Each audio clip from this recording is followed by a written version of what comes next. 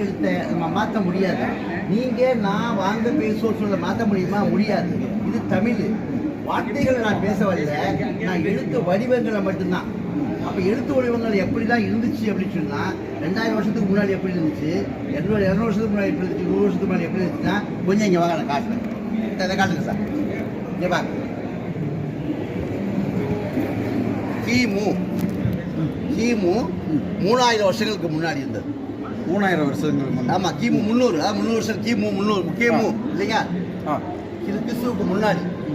அப்புறம் இப்படியே வந்திருக்கு. இந்த எழுத்துக்கள் தான் இப்படி எழுதியிருந்தாங்க. இதை ஆனா அவனால தான் படித்தாங்க. ஓகே, புரியுதுங்களா? இதே ஆனா அவனால தான் படித்தாங்க. நல்லா பாருங்க, நல்லா ஆனா அவனால தான் படித்தாங்க. இதையும் ஆனா அவனே படிச்சுட்டே இருந்தாங்க. கடைசியில் இப்போத்தான் இது புரிஞ்சிருக்கா ஆனான்னு. புரியுதுங்களா உங்களுக்கு? அதே மாதிரி இங்கே பாருங்க, இங்கே கா, ஙா, சா, ஙா.